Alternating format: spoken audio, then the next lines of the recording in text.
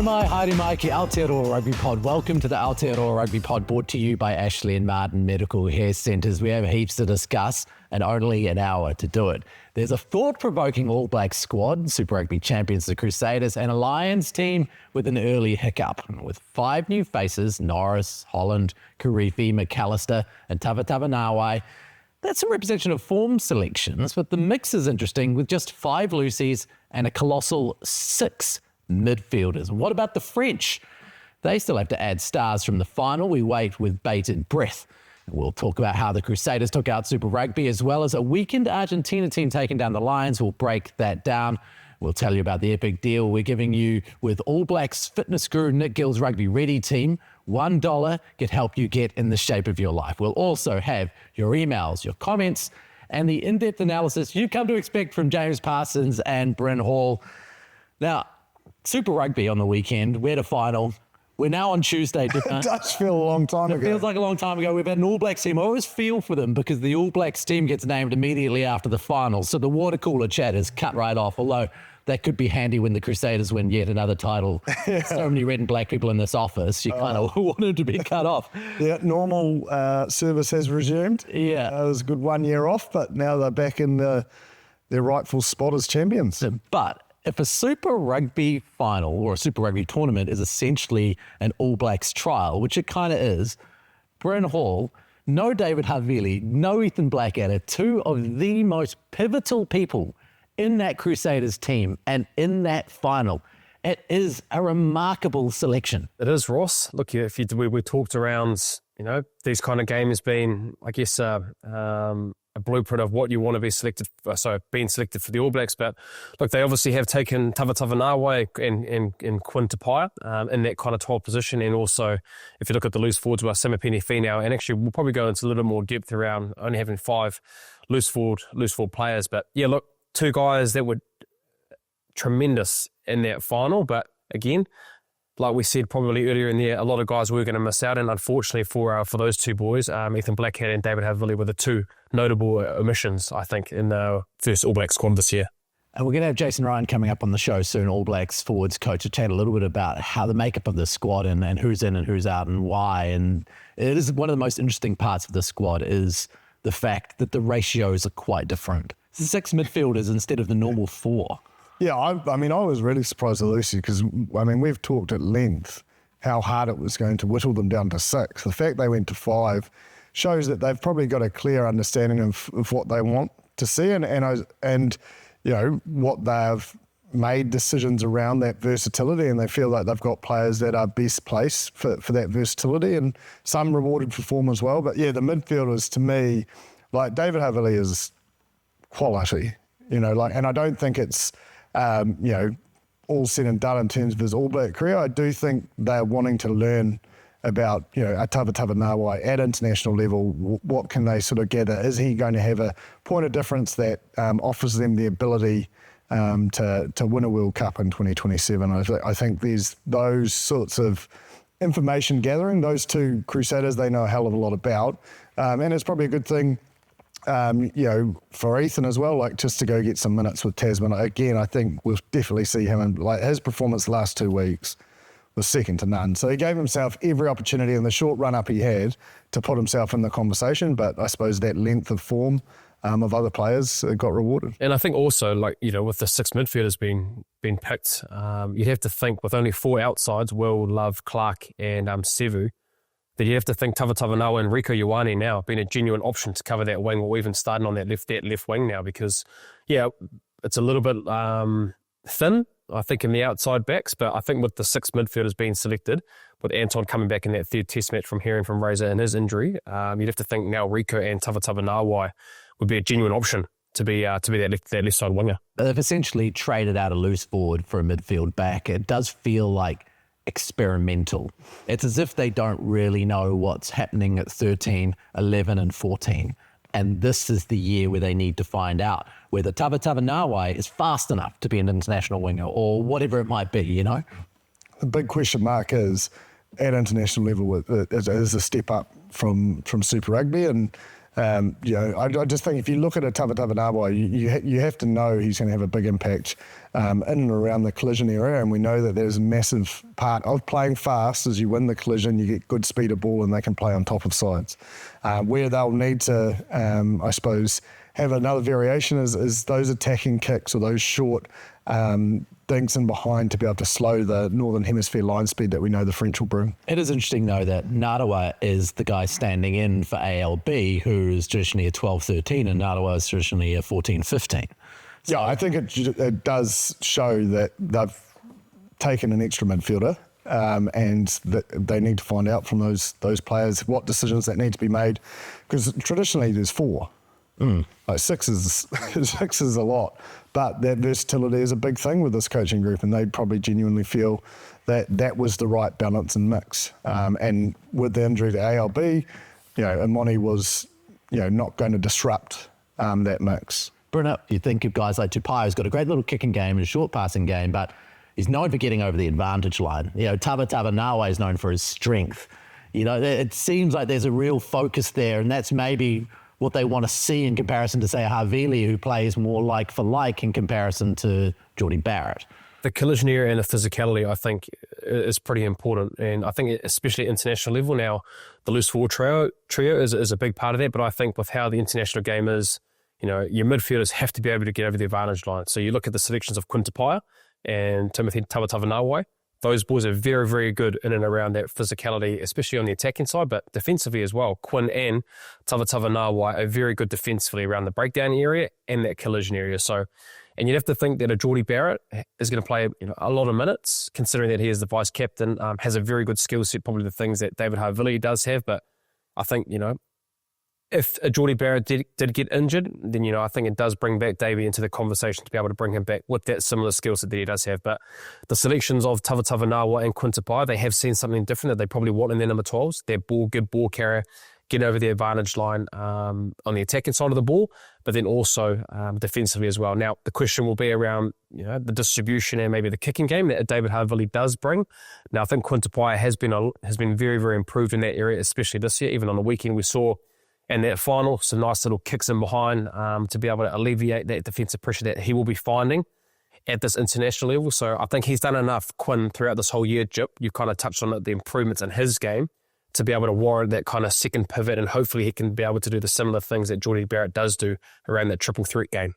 Yeah, look, I think Tavatavanawai actually proved he's got a kicking game as well throughout Super Rugby. Probably more suited towards the 50-22 version rather than I think the short kicking game of Quinn has been a massive strength and growth in his game that I think is very, very important, because you want to play for territory, but having that variation of kicking as a genuine attacking option is massive for slowing line speed. You can't just I suppose, crash and bash and hope that that's going to slow it down. You've got to make defenders hesitant. You've got to make them think, okay, I need to hold back here to cover that space because they can't get across. And then that's when you can start even having more impact in the physical nature as well. So I think, depending on, I know we've spoken about, Jordie probably being best placed, having spent some time playing some of the French top 14 sides.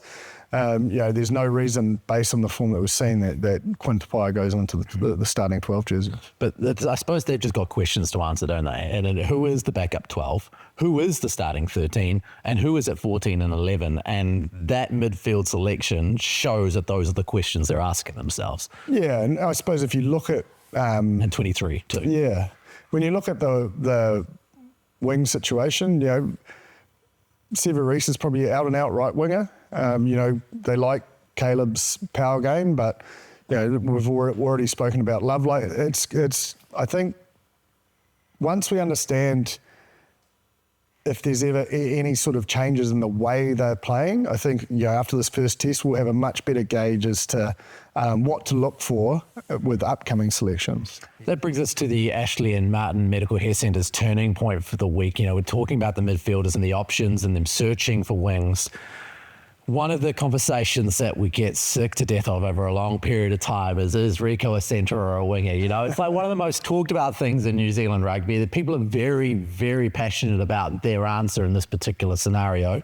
Given the fact that it's pretty obvious that they're going to be using some midfielders on the wing, Brynna, Could this selection be a turning point in that we could see Rieko back there? There's definitely a conversation about it, because if you look at the guys that have been selected on the wing, out-and-out wingers, your Will Jordan, who you'd have to think would be the fullback with 2 10s being selected. You've got, Caleb Clark, probably the out-and-out left winger. You've got Ruben Love, probably very, very inexperienced, only played 1 game, hasn't really played on the wing. And then you've got Sebi Reece, who's probably, the more experienced out of the right wingers and the wingers in general. So look, if a Caleb Clark does get injured in that first test, they've got that luxury in and around the amount of midfielders that they have selected that, you could slot a Rieko Ioane onto the wing to the left wing. Yes, MARTIN TURNINING is in the injured list to be able to come in. But look, let's not remember, not too long ago, Rieko was the best winger in the world. And sometimes when you do give him some space to be able to, one-on-one, or he's still got that electrifying speed, it's a genuine option to be able to put him on that left side. Now, the only thing with what we see at international rugby now is the aerial battle. And, he has been playing centre for a very long time. Not too sure if he has been, doing turtle work at the Blues or at the All Blacks, because he's obviously been an out-and-out centre in that All Black environment. But I think with this selection and the 4 wingers that they have selected, three wingers, that I believe, one of them, a Rieko Ioane or a Timothy Tavatavanawai, I think is labelled as that kind of midfield winger cover in this All Black squad this year. Turtle work, you're talking about that big pad that they put on the back, which you practice your high balls with. You put it kind of like as a backpack in. That's kind of what the wingers we will be doing aerially, to be able to try and give yourself a picture of getting up in the air and looking after yourself with kind of a soft pad on your back. So yeah, again, not too sure if Rieko has done a lot of work over the last couple of years, being an out-and-out centre, but he's a very, very good football player, and I don't think it would take him that long jump if he did move to that left wing for, some injuries, if there were some injuries like a Caleb Clark in the first test match. Yeah, and I don't think it's a question of could he fit at international rugby as a left winger. We all know the answer to that. I suppose, he fits the profile. If you look at the squad, like, he's a big body. He's going to get, if we are reading into the way this side's being selected, they're looking to win collisions and be very direct about it. So he fits all that. I agree. Not sure around, the aerial work, but he did late in some games last season, they did shift him to the left wing in the All Blacks environment. So you've got to think that he would have probably been working at that left edge and that aerial game. So is it, with the squad that's selected, is it more and more likely you would say there's world-class midfielders and he's a world-class winger? It's probably what's right for the squad. But I think the most important thing is, I think you want someone like Rieko to want to do it. I think that'll be critical, is that, getting him on board and wanting to play that role so that he can shine. Because, when he puts his mind to something, he's the very, very best in the world. When you think about, I suppose, the fact that he's so good at getting metres over the advantage line, which, I suppose when he was playing wing, he wasn't doing as much of that crash ball stuff as he has been. That gives them a really nice mix there, doesn't it, where they can use him in a couple of roles off the left wing, the way that they use Caleb Clark in that impact area. Yeah, and there's no reason. I mean, you actually see it a lot with Billy Proctor, is even, sometimes in 13, a lot of centres find themselves out on the edge through phase play and structure. So again, I think it would be a very simple move, but you'd think because Caleb's in there, he will likely be wearing 11 first. Yeah. And then if anything, potentially he moves there late in a game. Maybe does he fill a 23 role? 12 days we'll find out. Well, I suppose the team naming's in a week's time, but I think the squad suggests that we may see more. Whether he starts there or not, he's probably going to spend some time there late in fixtures. Yeah, it does seem pretty exciting to see Billy Proctor with Rieko Ioane outside him. Oh, yeah. I mean, there's a lot of quality there. Yeah, and just, I think when a centre goes, say he goes back, there's actual appreciation for communication and making sure you're sending the right messages in. So it actually could work extremely well. And if anything, he could be a better winger than what we saw, at the start of his career. 3 years out from a World Cup, it's pretty brutal, Brennett. You look at Havili, you look at Sotutu, and if you're one of those guys, you might be thinking to yourself, is this where I need to be? Yeah, but if you look at Karifi, sorry to jump in there, Brenner, but if you look at Karifi and the fight he's shown to get in there, like I always say, it's not a development team. If you want to be in there, they spoke about character. You know, they looked at character in terms of selecting this team. Well, character's just getting tested now when you miss out, and how you front up an NPC and be ready. Like if they're ready, like injuries happen. These guys will get it. Every player that we're probably talking about will get an opportunity in the squad at some stage. Yeah. It probably shows in terms of what your character is. If you're able to go away, we're not selected. Can you still perform at NPC level? Are you in there doing the right things? Are you leading the group with what you probably should do, considering the boys and how much experience they do have? So that'll all go into with what they're hearing in the back doors with them not making it. But I think, as you know, you've just got to be able to get on with it. And the All Blacks is a tough team to pick. I don't know how many times we've had this chat over the last 12 months around certain positions, the loosies, the midfielders. Some guys we're going to miss out, and some notable guys that have been. You look more so at the David Havili and Ethan Blackadder, guys that Jason Ryan, Scott Robertson know really, really well. But at the same time, there's some other great men that have been put in some really good resumes this year, and they've been warranted in the round of selection, and they've got the first shot in this French series and probably the Rugby Championship. As promised, an interview for you with Jason Ryan. Brendan and I recorded this with him a little bit earlier, talking about this All Blacks squad.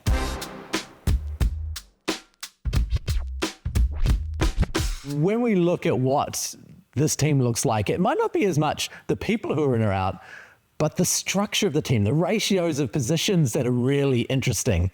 6 midfielders, only 5 loose forwards. What's the process to getting to that point where you figure out how many in each position and how that works together within a squad? Yeah, I think it's really the balance of combinations we want to play. So if you look at the loose forwards and what that exactly is, we know that we've got 2 locks and that can play 6 as well. So and also the luxury, I guess, of being in a home series where you can call upon guys at any stage. Mate, we've had a lot of discussion in and around the loose forward trio, and you obviously been in and around that forward environment with the selection process around that. With your 6, 7 and 8, I guess for us and the viewers, we'd just love to know what your selection criteria looks like for each position. So your 6, what are you looking for from your 6? What are you wanting from your 7? And I guess what are you wanting from your 8? The 6 in Test rugby is first and foremost the quite a good importance of having a line-out forward, and that's where we see Samipeni Finau as quite exceptional in that space to win ball against big, tall oppositions. He also played extremely well for us in the Northern Tour. He sort of built that part of the back end and prepared extremely well. The French week, he was outstanding, but he got knocked out, obviously, in the first game. So we've showed a bit of faith in him, and we know that we've got to do a little bit of work on him. I think the balance of the 7s and 8s is that dynamic of power and acceleration. And, we know what Wallace can do at the line with his active feet and denting the line, and whether or not that's him or Ardie, and we've seen how good Ardie is, the link man and over the ball in Super Rugby. And Duplessis obviously has been exceptional in that space. So we believe all of that mix complements each other really well as Luke Jacobson, who's experienced in all 3 and tough. So Ardie Savia, he is obviously a person who's played a lot of 7, but has played a lot of 8 in the last couple of years. When you talk about Samipeni and Wallace, are we likely maybe to see some more of him at 7 this year in comparison to previous years at Test footy? Oh, potentially. I think, look, it's no secret how outstanding he was at 7 this year, Form 1. And again, it's a credit to him how he's played so well in that position. So in all honesty, we've got no problems in that combination at all. One of the hard, I suppose, calls for you guys after watching the Super Rugby final must have been Ethan Blackadder. I mean, he's a guy who spends so much time with all of you, whether it's in the Crusaders or All Blacks environment. How difficult is it when you've got to make a call on a guy like that, when you've only got 5 loose forwards available to be picked, and you see the form he's in and you know him, picking up the phone and having that conversation? You got to really trust the work you've done through a whole campaign, not just 1 or 2 games. And we believe that the consistency that the loose forwards that we've shown, that we've selected in the whole of Super Rugby has been great. Especially when, probably a little bit younger as Test players like Samipeni Finau. So he's built his season. He's had a couple where he hasn't been as accurate as he could have been, and we'll have those conversations where needed. But you can't be influenced by one game or two games. It's that's why we do the work and put it in together. But in saying that, we still like seeing him under pressure. And yeah, it's a tough call on Ethan. We've got no doubt that he'll get an opportunity potentially down the line somewhere. As a forward pack, and I know you as a person that continue wants to keep getting better with your group, what's the areas that you've prioritised post that 2024 season that you think this forward pack needs to be able to grow? And I guess you guys have talked about speed and power. What does that kind of look like for you for the improvement areas for this year? Across the board, I think our forward pack is in quite an exciting space around. We've got genuine ball carrying props. And I think that's a real point of difference that we probably showed glimpses of last year with bringing Pasaleo off the bench. He did a really good role for us. We know what Tamati can do with the ball in hand. I think the bigger picture and complementing the structure of our set piece to complement the whole of our game is just being a little bit more accurate when it's tight and finishing games. But we've got a little bit more experience at hooker now with Sonny back, and we took in. That's probably an interesting discussion point around the hooker dynamic. George Belly got an opportunity last year when Sonny was injured, and Brody gets a bit of an opportunity this year when Asafo was injured. So you got to have a bit of depth there ready to go, because one big part of our selection model this year was making sure that we challenge ourselves in our own area of being 4 or 5 deep, and things can happen so quickly. We use a number of players. We saw that last year, so that's important that we cover all of that stuff off. So this is an important year in that way, that you have got to start building what will be at the World Cup. Some of the selections this year will really be about testing players out to see whether they're in that position to be there in 3 years' time. Yeah, you do. And I was part of the conversation not so long ago when we were having conversations about Tamati Williams and Fletcher Newell. Now they're established test players now, and both have been to a World Cup. Felt a bit of pain in that. And someone like Ollie Norris, who is a younger prop, a dynamic ball carrier, accurate defensively both sides of the ball, and we get to have a look at his craft against the French team. So you've got to have the big picture in mind, I guess, but also be brave and courageous in our decisions and give guys an opportunity if they've been consistent, and Ollie has as well. So that sort of gives you, well, I'm hoping, a little bit of a broad understanding of our thinking. Now, look, there's been a lot of questions here, Jace, with the forwards. So for myself being a back, we're just going to move over to the back side of this conversation. You've selected 6 midfielders, Anton Lienert-Brown being injured at the time, so you've got 5 that are there with debutants, with, I guess, Tavatavanawai being selected from the Highlanders, and Tupaea coming back into the fold. With so many midfielders being in that selection process and only 4 outside backs, are you guys seeing that kind of midfielder role, that 1 or 2 of them might have to cover that wing role? Rieko Ioane or Jimmy being the option to do that with, I guess, a light outside back selected? Well, look, it's no secret that, a lot of the midfielders that we've picked have got, again, they can play on the wing, they can play different positions. We've seen with Jim at the Highlanders this year, where he was into the midfield and then on the wing, and look how it really put his name in the picture. And you just got to have it. You first of all, you got to be a specialist in your own role. But if players have got the ability to play there, well, it's always an option. So it becomes front of mind for selection. It's no different to a loose head prop who can play tight head. It adds to their selection criteria. But first and foremost, we've got to pick the best team for what we think is in the best positions to win a test match, e.g. France and Dunedin in 12 days. When we looked at that midfield set and David Havili wasn't there, does this go back to what you were saying before, is you need to have a look? You probably know enough about Havili. So it's a tough one on Davey, and it's a tough one on any All Black that misses selection, like Bolton as well, but you got to have 2 parts to being a rugby coach and having personal conversations and professional conversations. And Davey built off probably the last part of its season again. A couple of games were outstanding. He led the Crusaders to victory, but it is a chance for us to have a look at some other players. And Tupaea has come back from injury and a bit of resilience, and he's earned his spot. So look, it's healthy, and we know we can't pick everyone. and you got to make big decisions, hard decisions, because it's the All Blacks. With Tupaea coming back into the squad, and I think with Jimmy being rewarded with his form with the Highlanders, what in particular did you see with those two boys that maybe David Havili didn't do, and you want to be able to have a look with these two guys that have come back into the squad, more so Quinn and I guess Jimmy, get an opportunity in the All Blacks for the first time?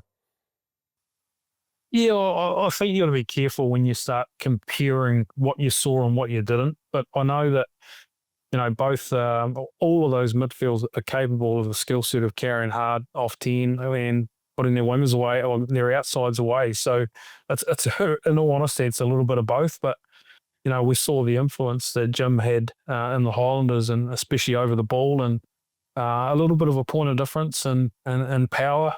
So, you know, that's what we see at him, and why he's been selected. No different to the likes of the C. Griffey, you know, like what an outstanding story that is. Like, I think it's a perfect example of someone who's showed absolute desire to be an All Black. It hasn't been easy for him. 2020, I think he first came in, and then he hasn't been in. And we saw him on the back of the year, but he's shown that he really genuinely wants to be an All Black. He could have gone overseas. He hung it out, and he's had leadership roles with the Lions and the Hurricanes. It's brought the best out of him, and he's really flourished. And now he's really ready. And sometimes, you know, when you don't get what you want, you get what you need. And I think he's a great example of someone who's, like, you talk to him, all he's ever wanted is to be an All Black. And he's done well. So, yeah, I just drifted straight out of the midfield, Bryn. Sorry about that. Mate, it's okay, mate. I've asked you too many questions around the backs, mate. We should have brought more around the forwards. Did you lose an arm wrestle with the backs guys, mate? Losing a loose forward and them getting an extra midfielder? Is that what it came down to? Well, it's just no secret we've got sort of Bryn Evans in now, so we've got another voice for the forwards. But, you know, Ray's pretty good too, because he's obviously an ex-loose forward. So our conversations are healthy and robust, and when we've got to, you know, like, it's all professional convos when you talk about selecting an All Black team and what the balance is. But we've got no doubts that we've picked a good side that's ready to have a crack at France. Well, just on that, Jace, I think, you know, just to probably, you know, get this question in before you head off. The French side that is coming, you guys, no doubt, you guys have done a lot of preview around whoever's coming down under to be able to play against you guys in this 3 Test match series. What can we expect from this French team? Are we going to get the same kind of French team that we saw in the Six Nations, or do you think it's going to be a little bit different, or kind of they're going to have a little bit of a mixture of youth and experience, and it's a very dangerous team that's coming to New Zealand for this 3 Test match series? Every French team is a dangerous team, Bryn, and, you know, like, they will have a crack from everywhere. And I think what's important for us is when we get the boys in on Wednesday is we put more time into ourselves. We've got to get this All Black team connected. We've got to get aligned and get our leadership group humming and bring everyone together, because everyone comes out of their own franchises, I guess. And, you know, when they're together, we've effectively got 9 days and then we're playing. So a big part of, although we will look at the French, and we've studied them hard, definitely, and we know that they will bring a team that will be ready to win it and will get into us. And we haven't beaten them for a while, so that's sitting with us a little bit. But we're going to put a lot of time into ourselves and our own game and get ourselves right, get our rhythm really early in the season. It's a big calendar. We've got all the big test teams again, and how good we need it. Is that prep more about what you've seen from Galtier and his side, as opposed to going into the top 14 and finding these 10 uncapped guys, or, you know, those kind of things? I keep a really close eye on the top 14 this year, and a little bit of Europe. You have to understand some cues and bits and pieces that you can look for in different players and be ready, you know. So, look, no doubt they'll be doing their homework in Super Rugby as well, but, you know, the test, whatever team they put out will be a team that's competitive, unpredictable, and got some flair. And that's the exciting thing about playing France. But, you know, nothing prepares the boys for the first 20 minutes of a test match of the year. It's not always smooth. It's usually often messy. And I think we saw that a little bit, Ross, with the Super Rugby this year, didn't we? Like, it started out of the blocks and it was fast and it was sunny, and then the season changes. The game effectively does slow down a bit, but the collision areas go right up, and that final series, I think you saw that. You saw the absolute critical component of scrum penalties. There's 34 scrum penalties in the last 3 games of the final series, and all the teams that came out on the right side of that won each week. So the fundamentals of the game is still there, and that will be good for our boys to experience that sort of intensity that's required. And finals, there's always something at the other end of it. Round robin, you're just trying to get, win games, aren't you? But the finals is something on the line, so that's where the dynamic changes and sets the boys up, I'm pretty sure, for a test season. Jason Ryan loves the scrum penalty. I threw out a bit of an Einstein stat there, didn't I? But it is true, like it does shift the momentum in games, and probably week 1, week 2 it was play on, ball out, but that's certainly changed in the last few rounds. The Chipper would have loved that stat. He would have. Hey, Jace, thanks so much for your time, mate. Really appreciate it. All the best for next week. Yeah, no worries, guys. Good to chat, and appreciate your support.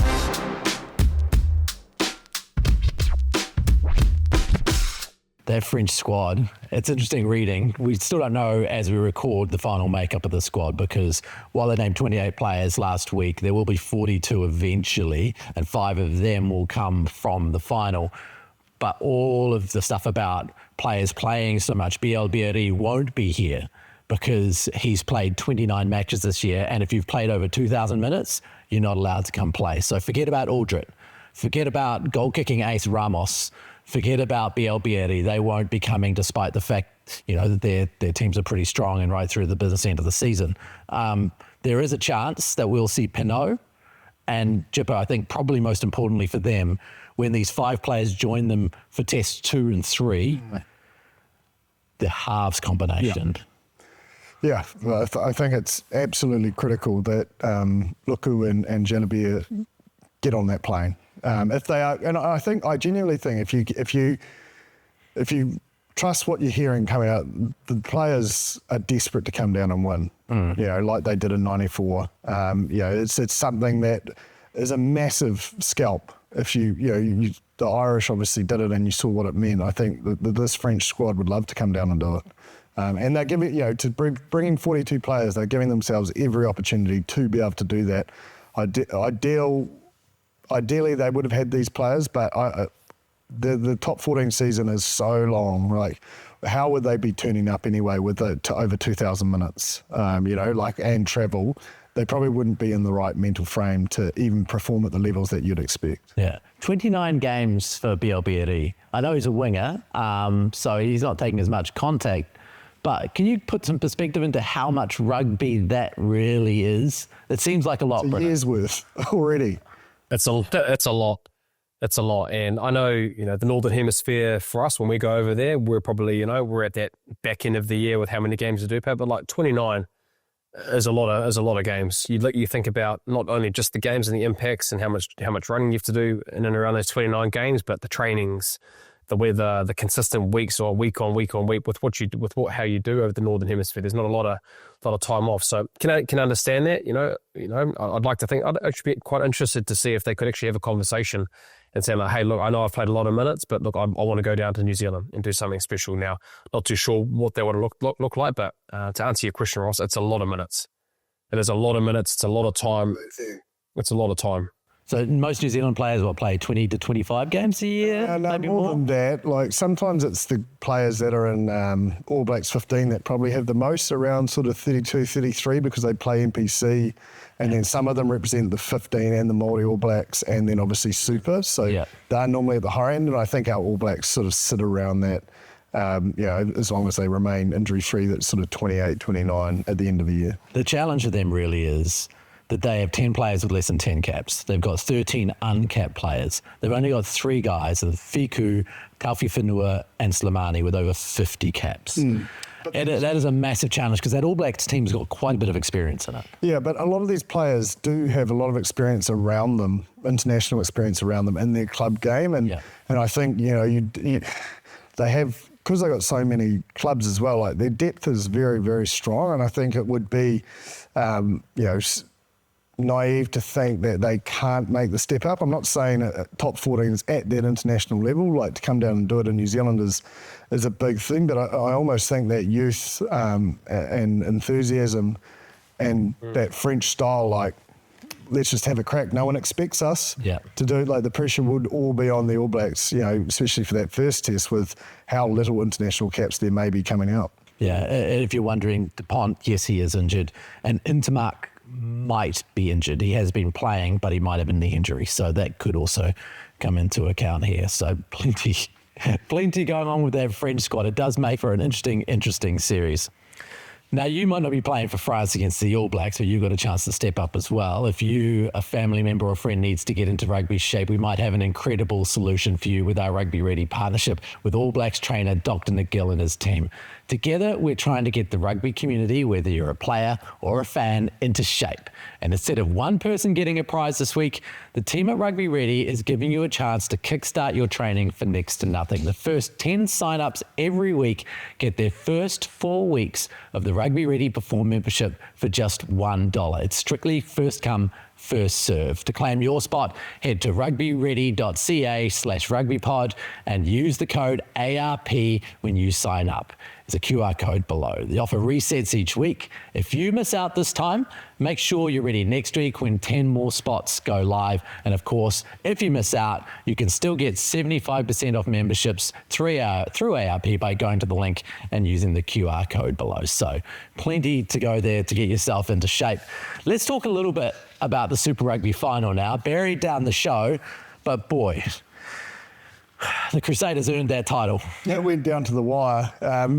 You know, like, we knew it was, the conditions were going to, I suppose, be conducive to probably a high error count and a lot of kicking, which we certainly saw that, and then some. But I think the intensity and the tenseness of those final sort of 10, 15 minutes was, you know, what a final should be. And you know, fine margins decided it. And I just don't think, and the defensive effort the last 2 weeks, you know, holding the Blues out the way the Crusaders did, you know, time and time again, the Chiefs were knocking on the door and just, you know, couldn't break down that red wall as many times as they probably liked. So it was just a massive shift from a side that, you know, just knows how to win finals footy, and, you know, 32 now and you know, new stadium coming next year. It's a big mountain to climb to go get that trophy off them, I think.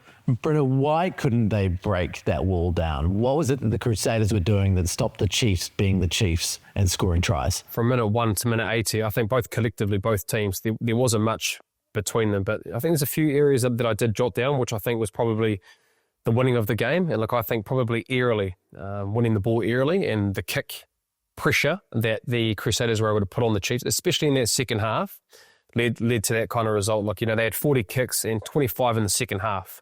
So, you know, they wanted to play without the ball, and there was a few penalties early in that second half where Rivers was able to build that scoreboard pressure to be able to keep it in front. You know, you look at that second half, there was bugger all points scored, and it was kind of just a war of attrition for all those guys. But if you look at the likes of Will Jordan, David Havili, Sevu Reece, and even like Rivers Reihana, when they kicked long and were able to find grass, every single time you see that ball hit in the ground, collectively those players, or just the players in general, were able to go put pressure on that kick. So what that did in turn, you saw Sevu Reece when he was able to get, you know, put pressure on Leroy Carter, Braden Ennell gets a turnover, that's 3 points. The amount of times that Will Jordan was able to get up for the ball off a contestable kick, or just when he was chasing and it wasn't a contestable, he was able to make a tackle and stop the counter-attack ability of the Chiefs to get that ball away, to be able to maybe get into the middle of the field, and Sean Stevenson can able to be attack, and then off that ruck you open up both sides of the field. They weren't able to do that through the quick chase pressure of the Crusaders. And, you know, I think their set piece, you know, 3 scrum penalties in the second half. It did struggle a little bit with the Chiefs being able to get the upper hand with the first 2 scrum penalties. But, you know, in the 70th minute, you know, you knew it was coming. You knew a scrum penalty was coming, but, you know, they were able to execute that under pressure to be able to, I guess, grind out the Chiefs. And, you know, unfortunately, Jip touched on last week, a few penalties, and, you know, unfortunately, Damien McKenzie missing a few kicks. You know, it could have been a different story if they were able to get those kicks and win that game. But, yeah, I think lastly, defensively as well, Both teams operated above 90%, but I think just the amount of pressure that they put on Damien McKenzie, Jip, the amount of times that he was, getting little pushes off the ball, being on the ground, or he had to be able to turn in because there was defensive pressure, Lions feed coming at him all night. It was just very difficult. And so it was very final-esque of how the Crusaders win in those conditions down south. But I thought there wasn't much between them. A couple of moments here and there, and I hate to say it, like you say, every time moments win these big games, but they were just a little bit better, I think, in the effort areas collectively for the whole 80 minutes than the Chiefs were on the weekend. No, none more so than two type 5 members in Fletcher Newell and Cody Taylor getting back to make a tackle, where it looked like Tupaea was away. And I think that desperation and scramble defence, that could have dictated the game. And those two men got back there and then won a penalty, got themselves out of it. And that was, to me, that was the difference. That and the way they turned their scrum around, they obviously got penalised early themselves for collapsing, but the way they came back, and I messaged the group after I made our picks when the teams were named, and I said, the fact that Tamati Williams is back, that put me going, I think the Crusaders can win this, because the importance of that 1-2 punch of Williams and Bauer is massive. And it showed. Like, that literally gave them the 4-point buffer that forced the Chiefs to have to score more than, winning a penalty to win the game. When you cop a couple of early penalties in a scrum like that,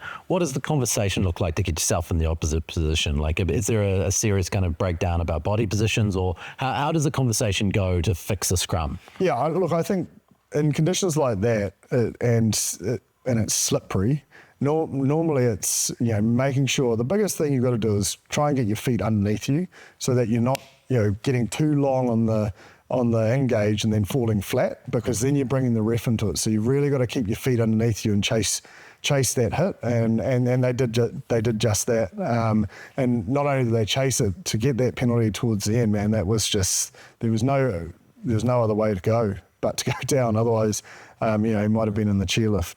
So if it's dry, you're all right to have a longer... It's just a little bit, like your sprigs will sink into the grass a little bit. You don't want to be too long. You don't ever want to be too long, because whether it's dry or not, you're going to get to a point where you'll fall over the cliff. But you probably have a little bit more margin for error. When it's wet like that, you can slip, and you can even, sometimes your feet are underneath you, but one sprig doesn't sink into the grass, and you slide out. And once you've slid out, like, it's a clear message to the ref that you're either going down under pressure or you've collapsed it with, and impacting the opposition's ability to set piece. So is the best place to have power somewhere in between the two? Well, they say 120-degree angle. If you're at that 120-degree angle, then normally you can get the transition of weight. If everyone sits at that sort of 120-degree, you get that transition of weight from the 8. That's your legs from your knee. The angles at your knee. Yeah, and it's almost like just a short jab. You're not trying to go like that, because it's a short jab, catch up, short jab, catch up, short jab, catch up. Yeah. But it sort of happens more, I suppose, just happens a lot quicker than that. But you never want to go like, ooh, because you're not going to catch your feet up and then you'll bring it down. Yeah. And then 9 times out of 10, they'll either reset it or they'll penalise you. Just for the props, I'm going to ask one more question. So when you're walking back after you've been pinged, is that when the conversation happens? It's kind of like, hey, do you feel what happened there? Or, you'll know straight away. Yeah. Like, you always see players go, but they know. Yeah. They know, but they're just trying to put and sometimes having a relationship with the ref going, what do you need to see? So you get clear what they want to see, but you have all those opportunities before the game to talk. And sometimes it is 50-50, but they're going to make a call. Yeah, right. Let's take a strong scrum. That's a good segue to go into the Lions. Because the Lions versus Argentina, the scrum was probably the best part of their game. They struggled in other places. Brenna, an understrength Argentine team versus a Lions team in its first outing. Were you surprised by the way that played out? I was, because I think the messaging around this group, we talked about how much depth there was. And I know there wasn't some players that weren't playing because they were playing obviously at different times, but, pretty disappointed, I think, if you're a Lions fan, to be honest. Like, there's been a lot of stuff coming out of the Northern Hemisphere around this Lions team, and the Northern Hemisphere being better than the Southern Hemisphere team. But, when it comes to these big footies, I'd love to see a percentage of actually Northern Hemisphere and Southern Hemisphere teams over the last 12 months, because I think, it'd be the Southern Hemisphere being more dominant, I believe. So, but that's another day. That's just me picking up around the Northern Hemisphere and having a little bit of a gripe against me. Get them into the comment section. But no, look, I think what I was really impressed with was the Argentinians' click attack. Look, the 3 tries that they did score, the ability off the ball, off turnover ball, was really good. Like, they scored 2 tries pretty much, with the 2 chances they did have, they were able to score points off that. And even the first try, it was pretty much a 2-phase strike that they're able to get around that edge defence. And look, I can understand probably that edge defence and getting that wrong with Freeman and probably Marcus Smith in that bunk area. Have played a little bit together, but that cohesiveness and being able to have that synergy, you probably get a communication skill wrong there. So that's all good. But look, I think the interesting thing was how much they played. They had a high turnover rate in terms of the 18 turnovers, and look, they were probably a little bit. Their decision making in and around the offloads was pretty much finding Argentinian hands. But look, you look at the stats, like 406 post contact meters to 166 of the Argentinians, and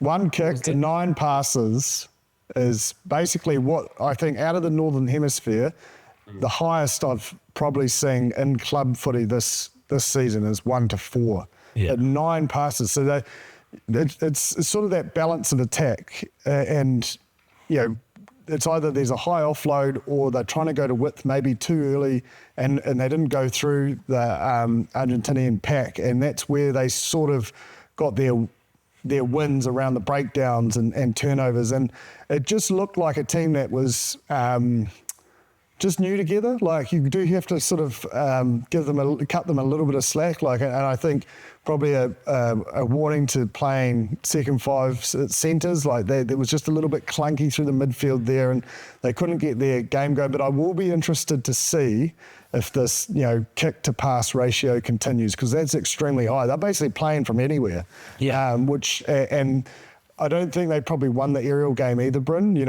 When they did kick, they didn't probably get the pay that they'd be used to. So it was a typical Argentinian victory just through desperation and flair and opportunists and going the distance to a side that was just a little bit clunky in terms of their combinations and that cohesive factor. And I have no doubt they'll get better, but I want to know if that 9 pass is they just thought they were going to run over the top of them, or is that the way they're actually going to play?